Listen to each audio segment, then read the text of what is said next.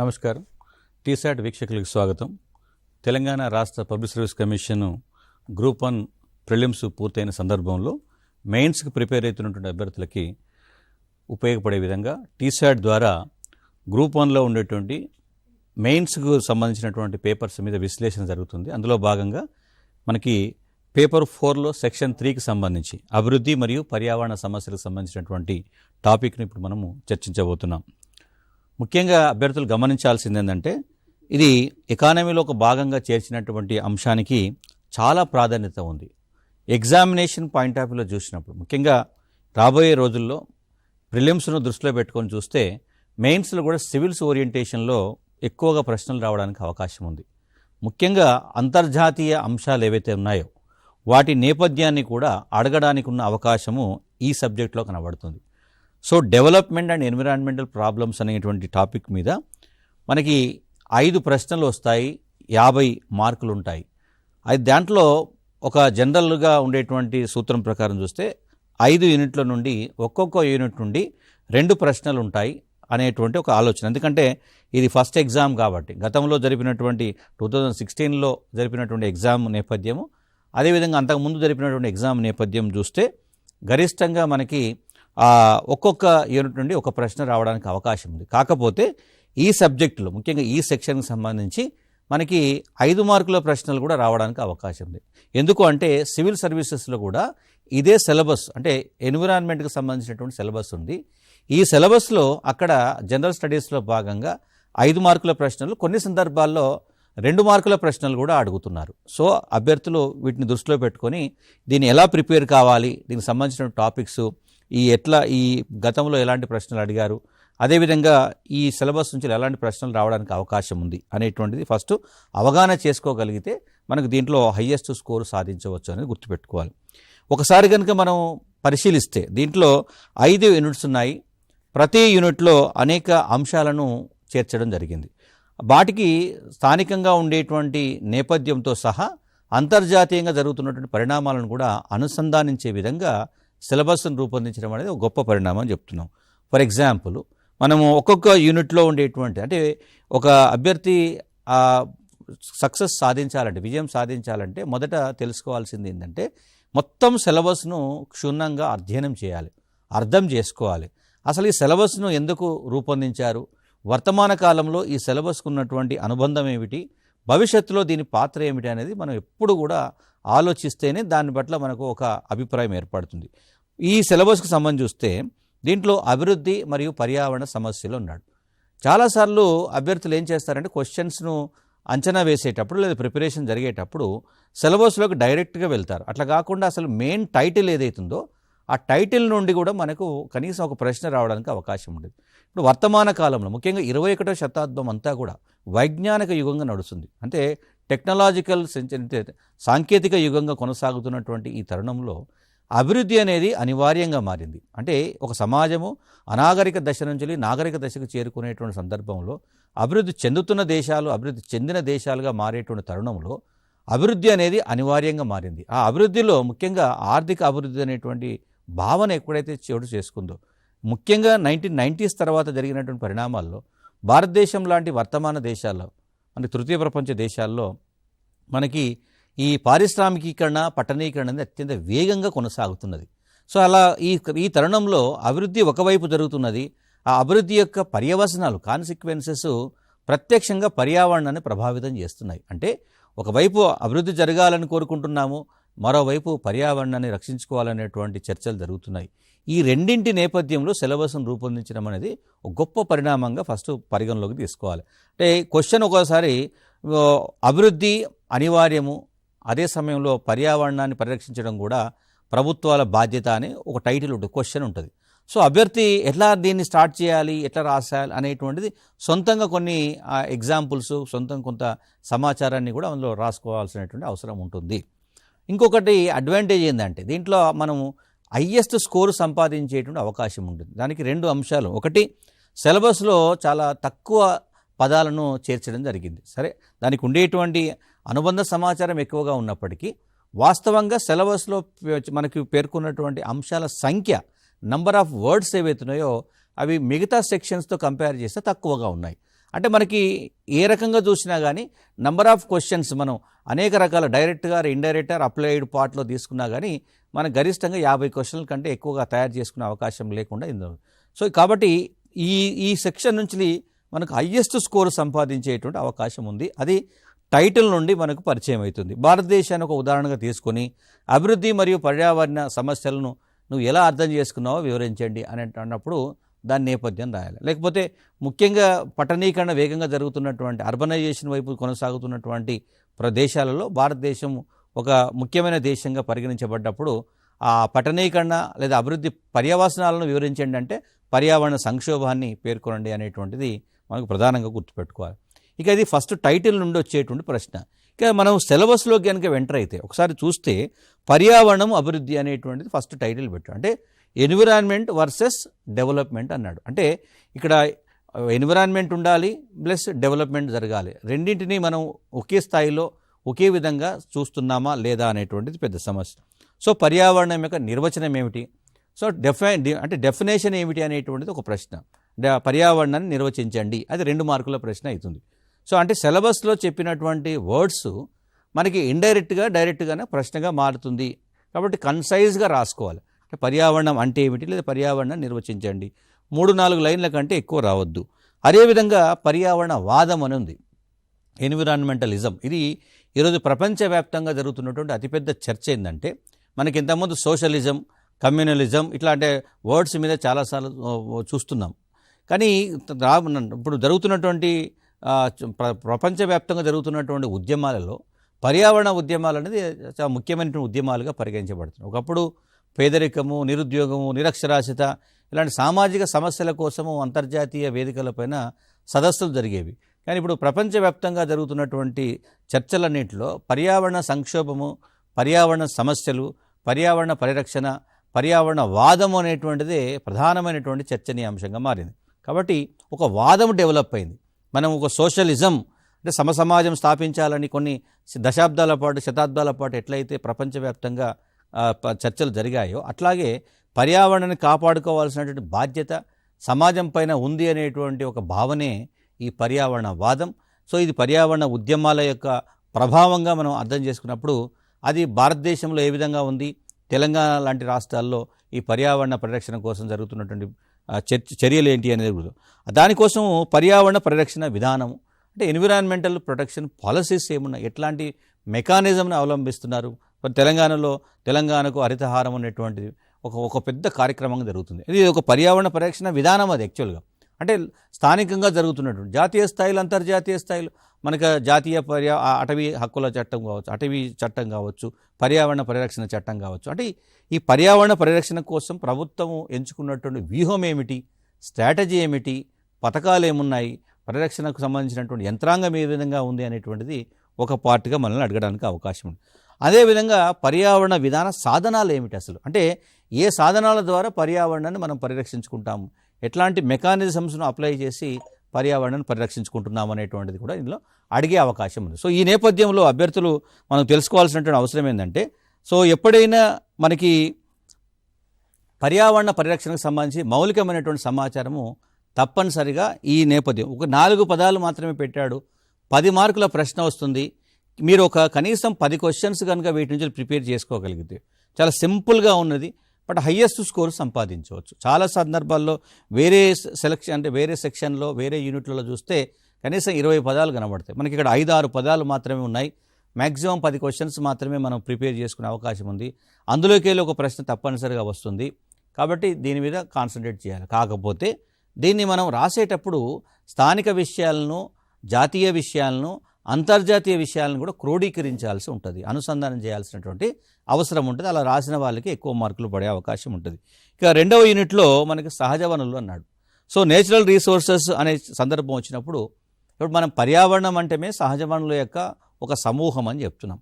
ఈ పర్యావరణానికి సంబంధించినటువంటి వనరుల్లో నేచురల్ రీసోర్సెస్ ఏవైతున్నాయో, పర్యావరణ పరిరక్షణకు దోహదపడేటువంటి అటవీ సంపద ఏదైతుందో దాని మీద ప్రత్యేకంగా మనకి 2-3 అంశాలు పేర్కొన్నారు. ఫర్ ఎగ్జాంపుల్ అటవీ వనరులు ఏమున్నాయి, భారతదేశంలో అడవులు ఎన్ని రకాలుగా ఉన్నాయి, అడవుల విస్తీర్ణం ఏ విధంగా ఉంది, ఎక్కడెక్కడ అడవులు ఉన్నాయి, ఎక్కడెక్కడ అడవుల క్షీణత జరుగుతుంది, ఆ అడవులు తగ్గిపోవడానికి కారణాలు ఏమిటి, మరి అడవులను సంరక్షించడం కోసం కేంద్ర రాష్ట్ర ప్రభుత్వాలు అవలంబిస్తున్నటువంటి వ్యూహాలు ఏమిటి, అదేవిధంగా సమాజం అడవుల రక్షణలో ఎలాంటి పాత్ర పోషిస్తుంది. ఇప్పుడు సామాజిక అడవుల కార్యక్రమం సోషల్ ఫారెస్ట్రీ అనేటువంటి ఒక సో అంటే దాని అర్థం ఏమిటి అంటే ఒకవైపు జాతీయ స్థాయి, మరోవైపు రాష్ట్ర స్థాయి, మరోవైపు సమాజ స్థాయిలో అడవులను రక్షించడం కోసము ఎలాంటి ప్రయత్నాలు జరుగుతున్నాయనేటువంటిది మనల్ని ప్రశ్నగా అడగడానికి అవకాశం ఉంటుంది. అట్లాగే అడవుల వాణిజ్యీకరణ అంటే కమర్షియలైజేషన్ ఆఫ్ ఫారెస్ట్ అంటాం. సో ఎట్లా అటవీ సంపదను ఒక మనకి వాణిజ్యపరంగా చూస్తున్నాము. సో అడవులకు సంబంధించినటువంటి మౌలికమైనటువంటి స్ట్రెంగ్త్ ఏంటి, వాటి వాల్యూ ఏంటి, వాటి విలువ ఏమిటి, ఎన్ని రకాల అడవులు ఈ మానవ సమాజానికి ఉపయోగపడుతున్నాయి, అంటే వాటి యొక్క ఉండేటువంటి పొటెన్షియల్ ఏమిటి, ఎకనామికల్ పొటెన్షియల్ ఏమిటి, ఆర్థికపరమైనటువంటి సామర్థ్యం ఏమిటి అనేటువంటిది ఒక పాట అలా ఉంది. కాబట్టి ఒకసారి మనకి అడవులను అనేక రకాలుగా దుర్వినియోగం చేస్తున్నటువంటి సందర్భం కనబడుతున్నది. కాబట్టి వాటి మీద తర్వాత ఈ అడవులను రక్షించడం కోసం ప్రభుత్వము ముఖ్యంగా చేసినటువంటి అనేక చట్టాలు ఏవైతున్నాయో, అంటే బ్రిటిష్ కాలం నుండి నేటి వరకు ఈ అడవుల పరిరక్షణ కోసము రూపొందించిన చట్టాలు, ఆ చట్టాల్లో ఉండేటువంటి మౌలికమైనటువంటి అంశాలు. ఇప్పుడు అభ్యర్థులు గమనించాల్సింది ఏంటంటే మనకి ఒక ప్రశ్నకి 10 నిమిషాల సమయమే ఉండే అవకాశం ఉంది. అంటే 15 యూనిట్స్ ఉంటాయి కాబట్టి 15 ప్రశ్నలు ఇవ్వాలి. 15 ప్రశ్నలు ఇవ్వాల్సి వచ్చినప్పుడు ఇంకోసారి 20 ప్రశ్నలు కూడా రావచ్చు. 5 మార్కుల క్వశ్చన్స్ అంటే 20 మార్కులు 20 ప్రశ్నలు కూడా వచ్చినప్పుడు మనము ఒక్కొక్క ప్రశ్నకి 10 నిమిషాల కంటే ఎక్కువ సమయం కేటాయించలేము. 10 నిమిషాల సమయంలో కేవలం 1.5 పేజీ, మ్యాక్సిమం 2 పేజీల కంటే ఎక్కువ ఆన్సర్ రాయలేని పరిస్థితి ఉంటుంది. సో ఇలాంటి టాపిక్స్ రాసేటప్పుడు మనకి ముఖ్యమైనటువంటి అంశాలను మాత్రమే బుల్లెట్ పాయింట్స్లో రాసే ప్రయత్నం చేయాలి. ఇప్పుడు ఫర్ ఎగ్జాంపుల్ భారతదేశంలో ముఖ్యమైనటువంటి అటవీ చట్టాలను పేర్కొనండి, ఆ అటవీ చట్టాల్లోని మౌలిక అంశాలను వివరించండి అన్నప్పుడు చాలా సుదీర్ఘమైనటువంటి ప్రశ్న అది. సో మనం ఎన్ని చట్టాలను మెన్షన్ చేయాలి, ఆ చట్టంలోని ఎన్ని అంశాలను మనం దాంట్లో మెన్షన్ చేయాలని చెప్పినప్పుడు చాలా రకాల ఇబ్బందులు ఏర్పడతారు. కాబట్టి అప్పుడు ఏం చేయాలంటే మనం ప్రతి చట్టంలో కామన్గా ఉన్నవి కాకుండా మౌలికమైనటువంటి అంశాలను మాత్రమే, అన్ని చట్టాల్లో మౌలికంగా ఉండేటువంటి అంశాలను మొదట రాస్తూ చివరికి ప్రత్యేకంగా ఏదైనా ఒక చట్టంలో ప్రత్యేక అంశం గురించి కనుక ఫోకస్ చేస్తే దాని కింది మళ్ళీ ఒకసారి పరిచయం చేసేటువంటి ప్రయత్నం చేయాలి. అట్లాగే అటవీ జాతులు డ్వెల్లర్స్ ఎలా ఉన్నారు, వినియోగదారులు, ఇప్పుడు మనం అటవీ హక్కుల చట్టం కూడా తీసుకొచ్చారు. సో ఈ అటవీ ఫారెస్ట్ రైట్స్ యాక్ట్ వచ్చినప్పుడు సో అడవులపై ఆధారపడినటువంటి గిరిజనులను ఏ విధంగా ప్రభుత్వం అంటే అడవులకు గిరిజనులకు కూడా సంబంధాన్ని ఎస్టాబ్లిష్ చేసింది, అదేవిధంగా అడవుల సంరక్షణలో స్థానిక ప్రజల యొక్క పాత్ర ఏమిటి అనేటువంటిది దానిలో స్పష్టం కనబడింది. కాబట్టి దాని గురించి సో అడవి అనేది ఖచ్చితంగా ఈసారి అంటే మనకు సెకండ్ చాప్టర్లో అడవులు అనేది పర్యావరణానికి సంబంధించి ఊపిరితిత్తులు లాంటి, మనకి మానవ శరీరంలో ఎట్లయితే మనలో ఉండే మలినాలన్నింటినీ ఊపిరితిత్తులు ఎట్లయితే శుభ్రం చేస్తున్నాయో, ఆక్సిజన్ తీసుకోవడము, కార్బన్ డైఆక్సైడ్ను వదలడం ద్వారా ఎట్లయితే మానవ శరీరానికి అవసరమైన ఆక్సిజన్ను సప్లై చేయబడుతుందో, అట్లాగే పర్యావరణంలో ఉండేటువంటి విషవాయువులను, పర్యావరణంలో ఉండేటువంటి మనకి అనేక రకాల అంటే కార్బన్ డైఆక్సైడ్తో పాటు అనేక రకాల వాయువులను మొక్కలు తీసుకొని మానవ జీవజాలానికి ముఖ్యంగా జంతు ప్రపంచానికి జీవకోటికి అవసరమైనటువంటి మనకి ప్రాణవాయువును ఆక్సిజన్ అందిస్తున్నటువంటివి. కాబట్టి సో వీటి గురించి ఈసారి ప్రశ్న రావడానికి అవకాశం ఉంది. తెలంగాణ నేపథ్యంలో కూడా అడవుల సంరక్షణలో తెలంగాణ ప్రభుత్వం యొక్క వ్యూహం ఏమిటి అనేది కూడా ఇందులో భాగంగానే చెప్తారు.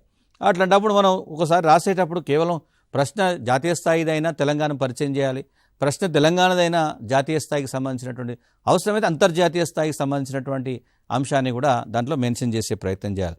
తర్వాత వాటర్కి సంబంధించి జలానికి సంబంధించి చెప్పేటప్పుడు సో సర్ఫేస్ వాటర్ ఎట్లా ఉంది, ఉపరితలంలో ఉండేటువంటి జలాలకు సంబంధించి మనకు ఉండేటువంటి లభ్యత ఏ విధంగా ఉంది, ఎన్ని రకాల సోర్సెస్ ఉన్నాయి, తర్వాత మనకి అండర్ గ్రౌండ్ వాటర్ ఎట్లా ఉంది, భూగర్భ జలాలు ఏ స్థాయిలో ఉన్నాయి, వాటి వినియోగం ఎట్లా జరుగుతున్నది, సో భవిష్యత్ తరాలకు ఇబ్బంది ఎటువంటి, అదేవిధంగా నీటికి పెరుగుతున్నటువంటి డిమాండ్ ఎట్లా ఉంది. ఇప్పుడు మనం పాపులేషన్ పెరుగుతున్నప్పుడు, పారిశ్రామికీకరణ జరుగుతున్నప్పుడు, పట్టణీకరణ జరుగుతున్నప్పుడు అనివార్యంగా ఈ అభివృద్ధిలో భాగంగా మనకి నీటి సరఫరా కూడా చాలా ఎక్కువగా అవసరం పడుతుంది. సో నీటికి పెరుగుతున్నటువంటి డిమాండ్ ఏమిటి, ముఖ్యంగా డ్రింకింగ్ వాటర్కు తలెత్తుతున్నటువంటి సమస్యలు ఏమిటి, త్రాగునీటి సమస్య.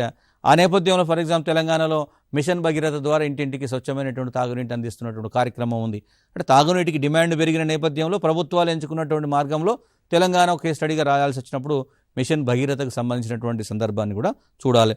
తర్వాత పరిశ్రమలు పారిశ్రామికీకరణకు ఎట్లా ఉపయోగపడుతున్నది, వ్యవసాయానికి ఎట్లా ఉపయోగపడుతున్నది అనేటువంటిది నీటి గురించి రాసేటప్పుడు ఈ నేపథ్యాన్ని కూడా మనం గుర్తుపెట్టుకోవాలి. తర్వాత భూవనరులకు సంబంధించి చెప్పేటప్పుడు అంటే అటవీ వనరులు జలవనరులు, అదేవిధంగా భూవనరులకు సంబంధించి. ల్యాండ్కి సంబంధించి చెప్పేటప్పుడు కూడా ఇప్పుడు మనకి పాపులేషన్ పెరుగుతున్నది, అదే సమయంలో ఈ పారిశ్రామిక పట్టణీకరణ జరగడం వల్ల వ్యవసాయ భూములన్నీ కూడా వ్యవసాయేతర భూములుగా మారిపోతున్నాయి, నాన్ అగ్రికల్చర్. కాబట్టి ఆటోమేటిక్గా మనకి భూ వినియోగంలో పోటీ ఏర్పడుతున్నది, దానికి తగ్గిపోతున్నది. కాబట్టి డిపెండెన్స్ పెరుగుతున్నప్పుడు ఆటోమేటిక్గా ఆహారానికి కొరత ఏర్పడుతుంది. దానా కానీ ఇంధనం, అంటే ఇప్పుడు పశువులకు కావాల్సినటువంటి పచ్చిక బయళ్ళు కూడా కనుమరుగైపోతున్నాయి. సో ఈ నేపథ్యంలో భూ వినియోగంలో పోటీ ఏ స్థాయిలో ఉంది, సో ల్యాండ్ కన్వర్షన్ ఏ స్థాయిలో జరుగుతుంది, భవిష్యత్తులో జరిగేటువంటి పర్యవసనాలు ఏమిటి, వీటన్నిటి దీంట్లో మనకు అడిగేటానికి అవకాశం ఉంది. తర్వాత ఇంధనానికి సంబంధించి కూడా మనకి ఆ ఫ్యూయల్ ఎట్లా ఉంది, అదేవిధంగా ఫైబర్, అదేవిధంగా మైనింగ్ సంబంధించినటువంటి విషయాలను కూడా ఇందులో, అంటే మనం భూగర్భంలో ఉండేటువంటి ఖనిజాలను, ముఖ్యంగా ఇసుకను ఎక్కువగా మనము వాడుతున్నటువంటి సందర్భంలో రాబోయే రోజులలో తలెత్తేటువంటి సంక్షోభం ఏమిటి, అట్లా దాంతోపాటు దీనికి ఉండేటువంటి పర్యావరణం పైన దాని ఇంపాక్ట్ ఎట్లా ఉంటుంది. ఇప్పుడు మనం అడవులను క్షీణింపజేస్తే, అదేవిధంగా జలవనరులను క్షీణింపజేస్తే, భూవనరులను క్షీణింపజేస్తే, ఆ మైనింగ్ ద్వారా ఇలాంటి చర్యలు జరిగితే పర్యావరణం ఏ విధంగా ప్రభావితమవుతుంది. కాబట్టి ఈ సహజ వనరుల యొక్క సుస్థిరత ఎట్లా ఉండాలి, sustainability of the natural resources, మనం ఈ సహజ వనరులను భవిష్యత్ తరాలకు కూడా అందించాలంటే ఇప్పుడున్నటువంటి జనరేషన్ మాత్రమే ఈ మొత్తం వనరులను కనుక ఉపయోగించుకుంటే తర్వాత రాబోయే తరాలకి మనం వనరులు లేకుండా చేస్తే దాన్ని అభివృద్ధిగా పరిగణించవచ్చా, అది నిజమైన అభివృద్ధిగా పరిగణించబడుతుందా అనేటువంటిది పెద్ద చర్చ జరుగుతుంది. కాబట్టి ఒక అవేర్నెస్, అంటే ఈ సహజ వనరులను మనం కాపాడుకోవడానికి ప్రత్యామ్నాయ మార్గాలు ఏమన్నా ఉన్నాయా, ఆల్టర్నేటివ్ సోర్సెస్ ఏమైనా ఉంటే వాటిపైన ప్రధానంగా దృష్టి పెట్టాలి అనేటువంటిది మనకి సిలబస్లో చెప్పినటువంటి. అందుకే క్వశ్చన్ అడిగేటప్పుడు సహజ వనరుల సుస్థిరతలో సమాజం యొక్క పాత్ర ఏమిటి, సహజ వనరుల సుస్థిరతలో ప్రభుత్వాల యొక్క పాత్ర ఏమిటి అన్నప్పుడు, ఈ సహజ వనరులను సుస్థిరంగా కొనసాగించాలంటే వీటిని వినియోగాన్ని తగ్గించి అభివృద్ధి ఆగాలనేది కాదు ఉద్దేశం. అంటే అభివృద్ధి జరుగుతూ ఉండాలి, ఇప్పుడు ఉన్నటువంటి మానవ జీవనం మరింత ఆనందదాయకంగా జీవించాలి, మరింత వికాసం చెందాలి. బట్ అదే సమయంలో పర్యావరణంలో ఉండేటువంటి వనరులను సంరక్షించుకోవాలి. సో దీంట్లో ఈ ఘర్షణకు ప్రత్యామ్నాయ మార్గం ఏమిటంటే ఈ వనరులను వినియోగాన్ని అతి తక్కువగా వినియోగాన్ని క్రమంగా తగ్గిస్తూ వీటికి ప్రత్యామ్నాయ మార్గాలను సాంకేతికత ఆధారంగా అన్వేషించి నూతన మార్గాలను, నూతన సాంకేతికతను మనం డెవలప్ చేసుకోగలిగితే భవిష్యత్ తరాలకు మనం ఈ వనరులను కూడా అందించిన వాళ్ళమవుతాము. అదే నిజమైనటువంటి సమాజంగా పరిగణించబడుతుంది. ఎందుకంటే సమాజం శాశ్వతం, సమాజంలో ఉండేటువంటి వ్యక్తులు అశాశ్వతం, ఒక నిర్దిష్ట కాలం మాత్రమే జీవిస్తారు. కానీ తర్వాత తరాలకు సమాజం శాశ్వతంగా ముందుకు కొనసాగాలంటే వనరుల యొక్క, అంటే మానవ వనరులు ఎంత ఇంపార్టెంట్, సహజ వనరులు కూడా అంతే ఇంపార్టెంట్. కాబట్టి ఎంత టెక్నాలజీ డెవలప్ అయినా, ఎంత సాంకేతిక పరిజ్ఞానం వికాసం జరిగినప్పటికీ మౌలికంగా ఉండేటువంటి వనరులు కనుక క్షీణించి చేస్తే, సో జలము, నీరు లేకుండా ఏ సమాజం కూడా, ఏ సాంకేతిక పరిజ్ఞానం ఉన్నటువంటి వైజ్ఞానిక సమాజం కూడా కొనసాగలేదు. కాబట్టి అదేవిధంగా ఇప్పుడు అడవులు తగ్గిపోతే ఇప్పుడు మనం చాలా రకాల ప్రమాదకరమైనటువంటి పర్యావరణ సంక్షోభాన్ని ఎదుర్కొంటున్నాం, అనేక రకాల డిజాస్టర్స్, విపత్తులు సంభవిస్తున్నాయి. ఇవి ఏ సాంకేతిక పరిజ్ఞానం కూడా వాటిని ఆపలేని పరిస్థితి కనబడుతుంది. కాబట్టి భవిష్యత్తులో మానవ సమాజం మరింత వికాసం జరగాలి, మరింత నాగరిక సమాజంగా, మరింత ఉన్నతమైనటువంటి సమాజంగా మారాలి అంటే తప్పనిసరిగా ఇప్పుడున్నటువంటి వనరులను చాలా పరిమితంగా, శాస్త్రీయ పద్ధతిలో జాగ్రత్తగా ఉపయోగించుకోవాలి. భవిష్యత్ తరాలకు మనము గొప్ప వారసత్వాన్ని అందించేటువంటి ప్రయత్నం చేయాలి. ఆ నేపథ్యంలో దీన్ని మనము ఆన్సర్స్ రాసేటువంటి ప్రయత్నం చేయాలి. తర్వాత 3వ చాప్టర్లకు వచ్చేసరికి మౌలికమైనటువంటి సమాచారం మీద క్వశ్చన్ అడి. దీంట్లో మళ్ళీ 3rd చాప్టర్లో క్వశ్చన్స్ చాలా స్ట్రైట్ వే ఉంటాయి, సో చాలా సింపుల్గా ఉంటుంది. మళ్ళీ దీంట్లో ఎక్కువ స్కోర్ కూడా ఉంటుంది. కాబట్టి ఎక్కడైతే ఎక్కువ స్కోర్ ఉంటుందో అభ్యర్థులు మళ్ళీ వాటి మీద కొంచెం ఎక్కువ కాన్సన్ట్రేట్ చేయాలి. సో తక్కువ పదాలు ఉంటాయి, సమాచారం ఫిక్స్డ్గా ఉంటుంది, క్వశ్చన్స్ కూడా ఆల్మోస్ట్ ఒకే ప్యాటర్న్లో ఉంటాయి. కాబట్టి వాటికి కరెక్ట్గా ఆన్సర్ రాయగలిగితే ఎక్కువ స్కోర్ చేయడానికి అవకాశం ఉంటుంది. దాంట్లో ఎగ్జాంపుల్ 3rd యూనిట్ సంబంధించి చెప్పేటప్పుడు 3rd యూనిట్లో ఆవరణ వ్యవస్థలు, ఎకోసిస్టమ్స్, ఈ పర్యావరణానికి సంబంధించి ఒక ఆవరణ వ్యవస్థ ఉంది, ఒక సిస్టమ్ ఉంది. ఆ ఆవరణ వ్యవస్థలు, ఆ ఆవరణ వ్యవస్థలో అనేక రకాల జీవజాతులు, జీవరాశులు ఉన్నాయి. ఆ జీవ వైవిధ్యం, బయోడైవర్సిటీ అంటాం. సో ఇవన్నీ ఎట్లా ఆవరణ వ్యవస్థలో జీవ వైవిధ్యం ఏ విధంగా ఉంది, జీవులకు ఆవరణ వ్యవస్థ ఎట్లా ఆశ్రయాన్ని కలిగిస్తున్నది అనేటువంటి అంశాన్ని బేస్ చేసుకుని ఈ జీవావరణం ఎట్లా ఉంది, ఎకోసిస్టమ్ ఎలా ఉంది, అదేవిధంగా పర్యావరణ వ్యవస్థ ఎట్లా ఉంది, పర్యావరణ వ్యవస్థలో ఆహారపు గొలుసులు ఏ విధంగా ఉన్నాయి, ఫుడ్ చైన్స్ ఎట్లా ఉన్నాయి, అంటే ఒక్కొక్క జీవి ఇంకొక జీవి పైన ఆధారపడి ఎట్లా కొనసాగుతూ పోతున్నాయి. సో ఈ పర్యావరణంలో వచ్చేటువంటి సంక్షోభాల వల్ల ఈ ఆహారపు గొలుసులు ఎట్లా ప్రభావితం అవుతున్నాయి అనేటువంటిది దీని సిలబస్లో చెప్పారు. అదేవిధంగా పర్యావరణ వ్యవస్థను ఎట్లా వర్గీకరించుకోవచ్చు, ఎన్ని రకాలుగా వర్గీకరించవచ్చు అని చెప్తూ జీవ వైవిధ్యము అంటే ఏమిటి, జీవ వైవిధ్యాన్ని సంరక్షించుకోవాల్సినటువంటి ఆవశ్యకత ఏ విధంగా ఉంది, తర్వాత జీవ వైవిధ్యానికి మనకి ఎట్లా ముప్పు వాటిల్లుతున్నది, అంటే ఏ కారణాల వల్ల జీవ వైవిధ్యానికి ముప్పు వాటిల్లుతున్నది, ముఖ్యంగా కొన్ని జీవజాతులు అంతరించిపోతున్నాయి, ఎండేంజర్డ్ స్పీసీస్గా మారుతున్నటువంటి సందర్భం ఉంది.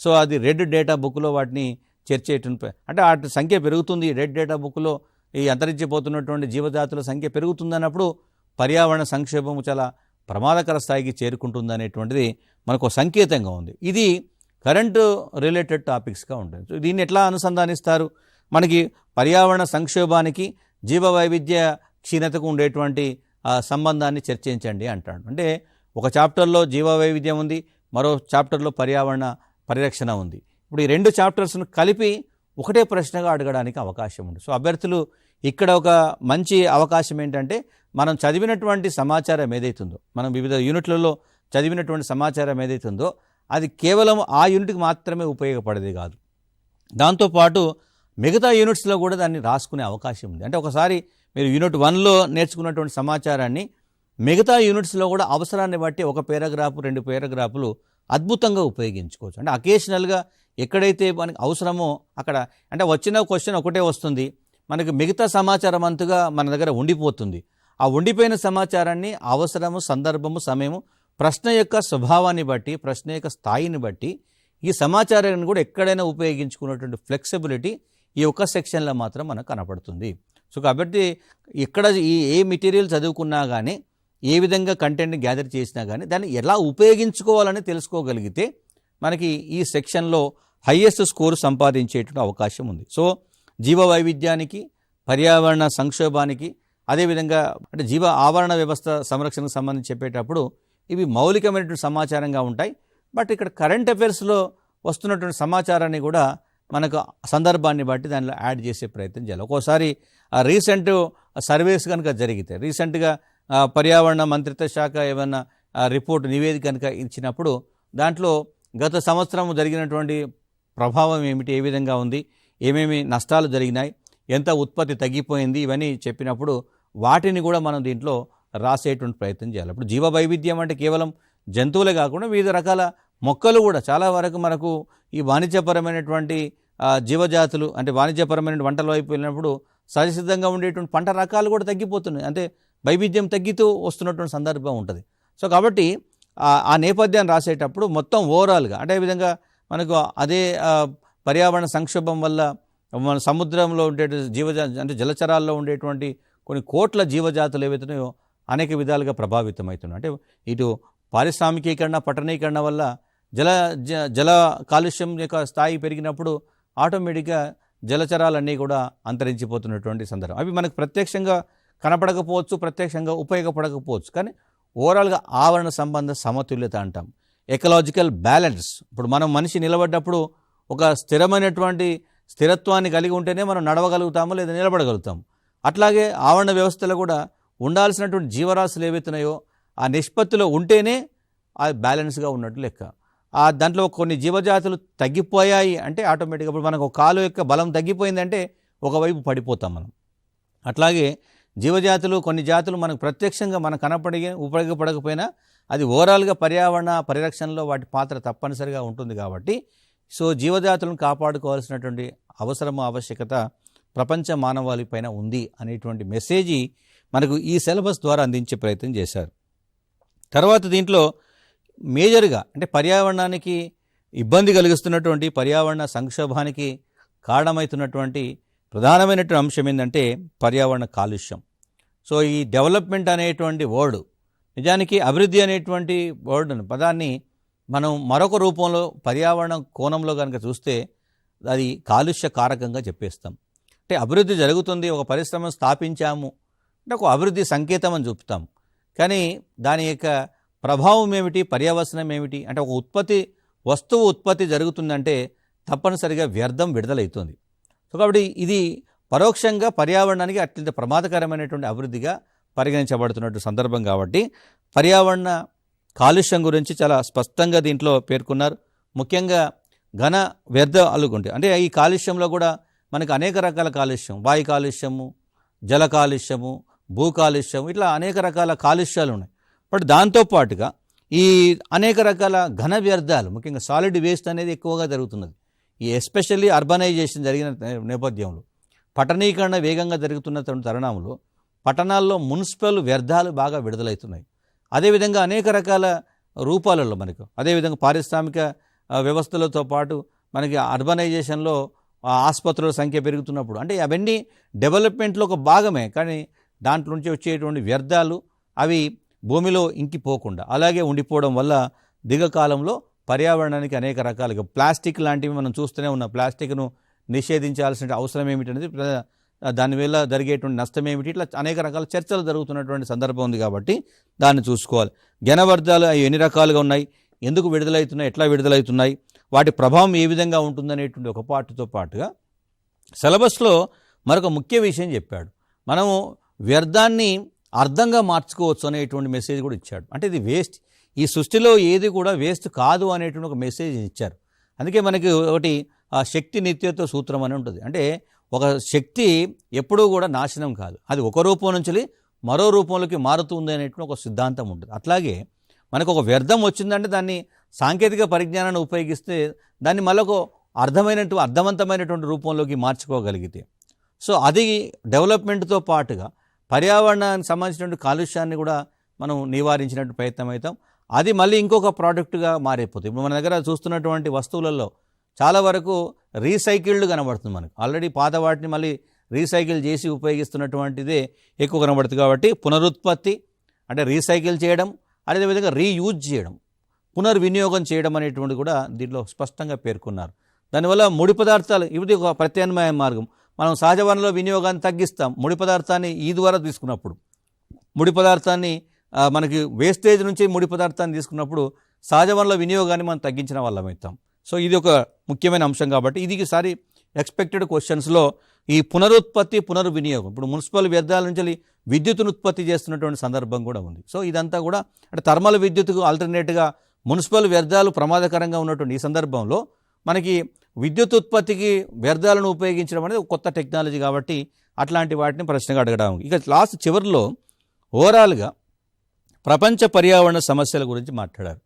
ఇది ఒక ప్రపంచ సమస్య, ఇది గ్లోబల్కి సంబంధించినట్టు, అంటే గ్లోబ్ మొత్తము ప్రపంచంలో అన్ని దేశాలు, అత్యంత వెనుకబడినటువంటి ఆఫ్రికా దేశాలు, నైజీరియా లాంటి, ఉగాండా లాంటి, రువాండా లాంటి దేశాలతో సహా అభివృద్ధి చెందినటువంటి అమెరికా, కెనడా, బ్రిటన్ వరకు అన్ని దేశాలకు సంబంధించినటువంటి సమస్య. కాబట్టి ఇది ప్రపంచ పర్యావరణ సమస్యలు అనేటువంటిది ఇందులో స్పష్టంగా పేర్కొన్నాడు. దీంట్లో ఏమున్నాయి?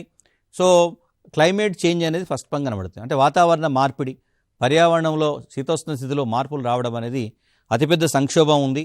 సో ఒకసారి శీతోష్ణ స్థితిలో మార్పులు వస్తే ఆటోమేటిక్గా మన శరీరంలో ఒక మార్పు వచ్చిందంటే ఎట్లయితే ఇబ్బంది జరుగుతుందో అట్లా పర్యావరణంలో ఒక మార్పు వస్తుంది. ఆ కాలుష్యం వల్ల సహజ సిద్ధమైనటువంటి ఆవరణ వ్యవస్థ సమతుల్యతను కోల్పోతున్నది, బ్యాలెన్స్ను కోల్పోతున్నది, ఒక ఆవేదన. సో దీని మీద తప్పనిసరిగా మనకు ఖచ్చితంగా క్వశ్చన్, చిన్న చిన్న పదాలు ఉన్నాయి, దాని మీద మేజర్గా రావచ్చు. అట్లాగే గ్లోబల్ వార్మింగ్. సో ఈ శీతోష్ణ స్థితిలో మార్పులు ఎందుకు వస్తున్నాయి అంటే గ్లోబల్ వార్మింగ్ వస్తుంది. గ్లోబుకు మనకి సగటుగా ఉండాల్సినటువంటి భూగోళ ఉష్ణోగ్రత ఏదైతుందో 15 డిగ్రీ సెంటీగ్రేడ్ వరకు ఉండాలి సగటుగా. బట్ ఆ ఉష్ణోగ్రత పెరుగుతున్నది అంటే గ్లోబు వేడెక్కుతున్నది. సో ఈ మన శరీరంలో కూడా మనకు ఒక నిర్దిష్టమైనటువంటి ఉష్ణోగ్రత ఉంటుంది. సో అది 37 డిగ్రీ సెంటీగ్రేడ్ కాదు, అది పెరిగింది అంటే జ్వరం వచ్చిందని చెప్తాం. అట్లా సిమిలర్గా మొత్తం గ్లోబుకు కూడా ఒక సగటు ఉష్ణోగ్రత ఉంటుంది. సో బట్ చాలా రీజన్స్ వల్ల, అనేక రకాల రీజన్స్ వల్ల మనకి అనేక రకాల కిరణాలు విడుదల కావడం వల్ల, క్లోరోఫ్లోరో కార్బన్స్ అట్లాంటి ఓజోన్ పొర క్షీణించడం, అల్ట్రావైలెట్ రేస్ కిందికి రావడం, అవి మళ్ళీ బయటికి పోకుండా గ్లోబ్లోనే ఉండిపోవడం. సో వీటన్నింటి ఫలితంగా గ్లోబ్ వేడెక్కితే ధ్రువ ప్రాంతాలన్నీ కూడా కరిగి, మంచు కరిగి, నదుల ద్వారా నీరు ఎక్కువ మొత్తంలో సముద్రంలోకి చేరడం, సముద్రపు నీటి మట్టం పెరగడం, సముద్ర పరిసర ప్రాంతాలన్నీ కూడా ముంపుకు గురి కావడం, ఇట్లా అదేవిధంగా జలచరాలు అనేక రకాలుగా ఇబ్బంది పడడం. వీటన్నిటి నేపథ్యంలో సో గ్లోబల్ వార్మింగ్ ఏంటిది, అదేవిధంగా దాని ప్రభావం ఏ విధంగా ఉంది అనేటువంటిది క్వశ్చన్. మొత్తం మీద చివరగా ఒక మంచి కాన్సెప్ట్ ఏంటంటే సస్టైనబుల్ డెవలప్మెంట్, సుస్థిర అభివృద్ధి అనేటువంటి పదాన్ని పరిచయం చేస్తారు. సో ఇక్కడ అభివృద్ధి, పర్యావరణాన్ని రెండింటిని కూడా బ్యాలెన్స్ చేసుకోవడానికి ఒక కొత్త నమూనా సుస్థిర అభివృద్ధి. ఈసారి సుస్థిర అభివృద్ధి అనేటువంటి భావన తప్పనిసరిగా అనేక సందర్భాల్లో మనకి ప్రశ్నగా మారే. ఓవరాల్గా మొత్తం పేపర్స్లో వివిధ అకేషన్స్లో ఈ సుస్థిర అభివృద్ధి అనేటువంటిది కేవలం పర్యావరణానికి సంబంధించింది కాదు, ఇది అనేక రకాల అంశాలకు సంబంధించింది. సుస్థిర అభివృద్ధి లక్ష్యాల్లో పేదరిక నిర్మూలన కూడా ఒకటి ఉంది యాక్చువల్గా. అంటే సుస్థిర అభివృద్ధి అనేటువంటి భావన ఏదైతుందో, సో ఈ సుస్థిర అభివృద్ధి అనేటువంటిది పర్యావరణ పరిరక్షణతో కూడినటువంటి అభివృద్ధి. సో అభివృద్ధి జరగాలి, అదే సమయంలో పర్యావరణాన్ని మనం పరిరక్షించుకోవాలి. కాబట్టి ఈ రెండింటికి మధ్య మార్గం ఏమిటి అన్నప్పుడు అంతర్జాతీయ స్థాయిలో ఐక్యరాజ్య సమితి సో పర్యావరణ పరిరక్షణ కోసము అనేక రకాల సదస్సులను నిర్వహిస్తున్నది. అనేక సదస్సులలో అనేక రకాల తీర్మానాలు చేస్తున్నారు. దాంట్లో భారతదేశం కూడా భాగస్వామి అవుతున్నటువంటి సందర్భం ఉంది. కాబట్టి భారతదేశంలో పర్యావరణ పరిరక్షణకు సంబంధించినటువంటి విధానాల రూపకల్పనలో అంతర్జాతీయ స్థాయి సదస్సుల యొక్క ప్రభావం ప్రత్యక్షంగా కనబడుతున్నది. కాబట్టి వీటన్నింటిని కూడా కోఆర్డినేట్ చేస్తూ సో సుస్థిర అభివృద్ధి అనే దాంట్లో అనేక రకాల అంశాలు ఉంటాయి. ఫర్ ఎగ్జాంపుల్ సుస్థిర వ్యవసాయం అనేప్పుడు కొత్తగా మనకు అంటే అగ్రికల్చర్లో రసాయన ఎరువులను బాగా ఉపయోగిస్తున్నారు. దానికి బదులు సేంద్రియ ఎరువులను ఉపయోగించాలి. దాన్ని అంటే సేంద్రియ ఎరువులతో ఆర్గానిక్ ఫార్మింగ్ అంటున్నారు. అంటే సేంద్రియ వ్యవసాయం అనేటువంటి కొత్త రకమైనటువంటి ఒక విధానం వెలుగులోకి వచ్చింది. సుస్థిర అభివృద్ధి భావన ఒక్కొక్క రంగాలలో అదేవిధంగా హరిత ఇప్పుడు ఎనర్జీ అంటున్నాం, అంటే గ్రీన్ ఎనర్జీ అంటున్నారు. అంటే ఎనర్జీ అంటే మనం థర్మల్ విద్యుత్ ద్వారా ఎలక్ట్రిసిటీని జనరేట్ చేసేటువంటి స్థాయి నుండి సంప్రదాయేతర ఇంధన వనరులు ఏవైతున్నాయో సౌరశక్తి ద్వారా కావచ్చు, పవన శక్తి ద్వారా కావచ్చు, ఇతర మార్గాల ద్వారా పునరుత్పత్తి చెందగల ఇంధన వనరుల ద్వారా మనం ఈ ఎలక్ట్రిసిటీని కానీ ఇతర ఎనర్జీని కనుక మనం ఉత్పత్తి చేయగలిగితే సో ఒకవైపు ఫర్ ఎగ్జాంపుల్ ఎలక్ట్రిసిటీకి సంబంధించి చెప్పేటప్పుడు ఈ థర్మల్ విద్యుత్ కాంట్రిబ్యూషన్ మనకి ఎక్కువగా ఉంది. కాబట్టి దాని ద్వారా రెండు రకాల నష్టాలు జరుగుతున్నాయి వినియోగించే కొద్దీ. ఎలక్ట్రిసిటీ అనివార్యము, బట్ సోర్స్ అనేది ఇక్కడ ప్రమాదకరంగా మారింది. సో ఈ నేపథ్యంలో ఆ బొగ్గు వినియోగాన్ని తగ్గించాలి. అదేవిధంగా ఆ కాలుష్యం వల్ల తలెత్తేటువంటి అని సల్ఫర్ డైఆక్సైడ్ లాంటి ప్రమాదకరమైన వాయు కాలుష్యం ఏర్పడుతుంది. దాంతో ఆమ్లవర్షాలు, సల్ఫ్యూరిక్ ఆమ్లం అంటే ఆమ్లవర్షాలు కురుస్తాయి. అంటే ఇక్కడ మనము ఈ సుస్థిరాభివృద్ధిలో గ్రీన్ ఎనర్జీని డెవలప్ చేస్తున్నాం. మనం చూస్తున్నాము బయోడీజిల్ని ఉత్పత్తి చేస్తాం. అదేవిధంగా ఎలక్ట్రిక్ వెహికల్స్ను కూడా ఇప్పుడు మార్కెట్లోకి తీసుకొస్తున్నాం. దానికి సెల్ఫ్గా రాబోయే రోజుల్లో సోలార్తో నడిచేటువంటి వెహికల్స్ని తయారు చేసేటువంటి ప్రయత్నం జరుగుతుంది. సో ఇవన్నీ కూడా వర్తమాన కాలంలో మనం అనుభవిస్తున్నటువంటి జీవన విధానానికి సంబంధించినటువంటి అంశాలు. కాబట్టి అందులో మనం కూడా ఇన్వాల్వ్ అయ్యి రాయగలిగితే సమాధానాన్ని కనుక కరెక్ట్గా ఒక ఫార్మేట్లో కనుక రాయగలిగితే దీంట్లో హయ్యెస్ట్ స్కోర్ సంపాదించేటువంటి అవకాశం. సామాజిక అంశాలు, ఆర్థిక అంశాలు, శాస్త్ర సాంకేతిక అంశాలు, రాజకీయ అంశాలు, పరిపాలనమైన అంశాలు అన్నింటిని కూడా ఇందులో మిళితం చేశారు. కాబట్టి అభ్యర్థులు దీన్ని ఉపయోగించుకొని సక్సెస్ కావాలని ఆశిస్తున్నాం. Thank you.